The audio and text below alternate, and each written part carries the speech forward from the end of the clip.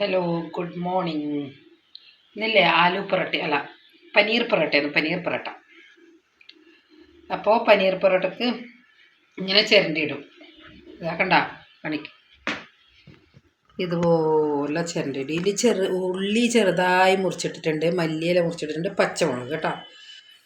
പിന്നെ എന്നിട്ട് ഇങ്ങനെ പനീർ ചിരവിയിടുക. ഇതെല്ലാം കൂടി മിക്സ് ആക്കുക, ആട്ടയുടെ ഉള്ളിൽ നിറക്കുക, നെയ്യിലുണ്ടാക്കുക പൊറോട്ട, പനീർ പൊറോട്ട.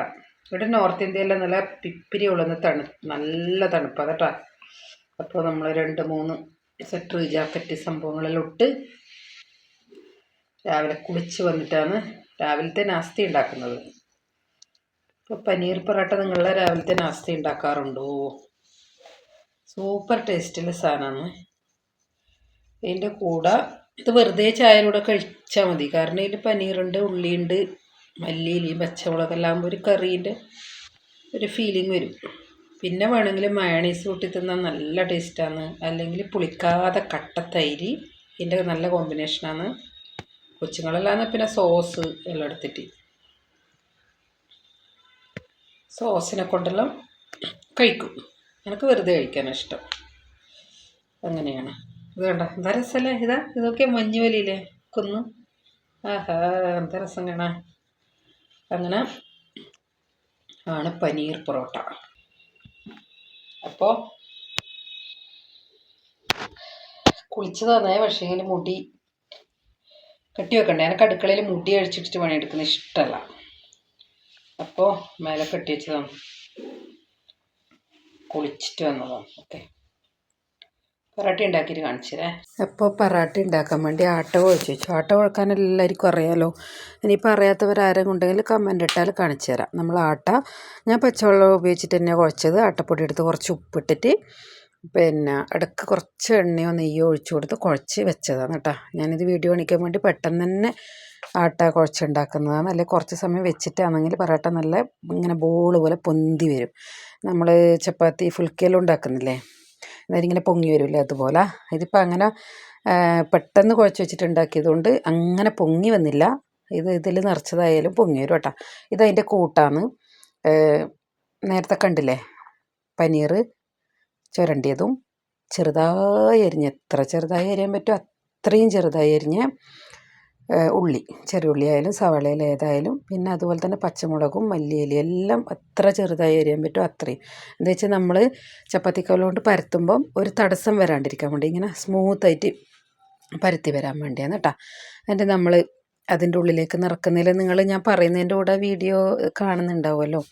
നിറച്ചിട്ട് പിന്നെ ആ പൊടിയിലിട്ട് 2 ഭാഗവും നിറച്ച് അതിൻ്റെ സൈഡും ഇങ്ങനെ റോൾ ചെയ്തിട്ട് ആണ് പിന്നെ നമ്മൾ പരത്തി തുടങ്ങുന്നത്.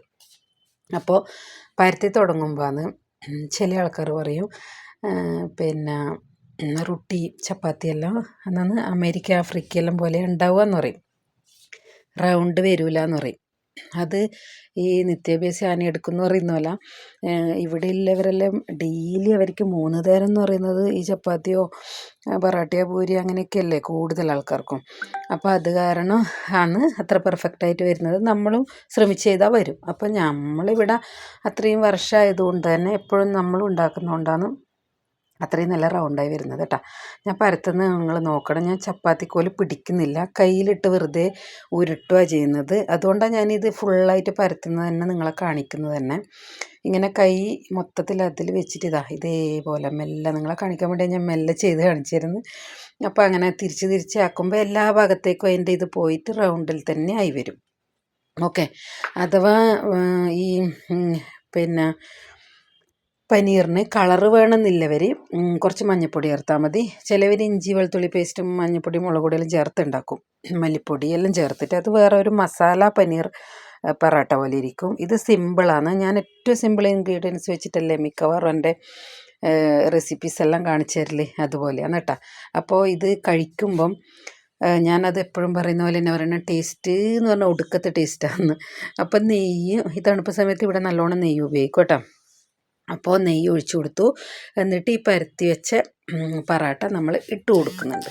അപ്പോൾ ഇതിൻ്റെ മുകളിലും നമ്മൾ ഒരു 2 സ്പൂൺ നെയ്യ് ഇങ്ങനെ ആക്കി കൊടുക്കും. ഓക്കെ. പിന്നെ ഇതിൻ്റെ മേലെ പൊടിയൊന്നും നിങ്ങൾ കാണുന്നില്ലല്ലോ. നമ്മളെ നാട്ടിലൊക്കെ ചപ്പാത്തി പൊറോട്ട അതൊക്കെ ഉണ്ടാക്കിയാൽ ഇങ്ങനെ പൊടി ഈ കല്ലിലൊക്കെ വീഴുന്നതാണ് അല്ലേ. നമ്മളിവിടെ അങ്ങനെ ചപ്പാത്തി ഇതൊന്നും ആക്കിയാൽ ഇങ്ങനെ പൊടി ഉണ്ടാവില്ല ഇതിൻ്റെ മുകളിൽ. അതാ ഞാൻ പറഞ്ഞത്, അത് നമ്മൾ ചെയ്ത് വരുമ്പോൾ അതൊക്കെ ഓട്ടോമാറ്റിക്കായിട്ട് ആയി വരും. ഓക്കെ.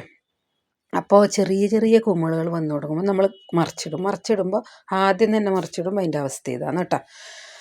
അങ്ങനെ പിന്നത്തെ മറിച്ചിടല്ലാന്ന് ഇത് പൊങ്ങി വരുന്നത്. ഇങ്ങനെ ബോൾ പോലെ വരും കേട്ടോ. ഇതിന് പൊങ്ങാനുള്ള ടെൻഡൻസി എല്ലാം ഉണ്ട്. പക്ഷേങ്കിൽ അത് വീഡിയോ എടുക്കുന്നതുകൊണ്ട് ചിലപ്പോൾ നാണം വന്നിട്ടായിരിക്കും പൊങ്ങുന്നില്ല. ഓക്കെ. അപ്പോൾ ഇങ്ങനെ ഞാൻ എന്താ കാണിച്ചു തരുന്നത് വെച്ചാൽ ഇത്ര സമയം തന്നെ എടുക്കും. ഞാൻ പിന്നെയും കുറച്ചെല്ലാം എഡിറ്റ് ചെയ്ത് ടൈം കുറച്ചിട്ടുണ്ട്. എന്നാലും ഇത് ഇങ്ങനെ പുക വരുമ്പോൾ കരിഞ്ഞു പോകും അങ്ങനെയൊന്നും വിചാരിക്കേണ്ട. ഇതുപോലെ ക്രിസ്പിയാക്കി എടുക്കണം. എന്നിട്ട് പാൽച്ചായൻ്റെ കൂടെയാണ് ഏറ്റവും ടേസ്റ്റ്. നല്ല ഏലക്ക ഇഞ്ചിയൊക്കെ ഇട്ട് നല്ല കട്ടിയിലെ പാൽച്ചായൻ്റെ കൂടെയാണ് നല്ല ടേസ്റ്റ്. അല്ലാതെ നമുക്ക് വേറെ ചട്നിയുടെ കൂടെയും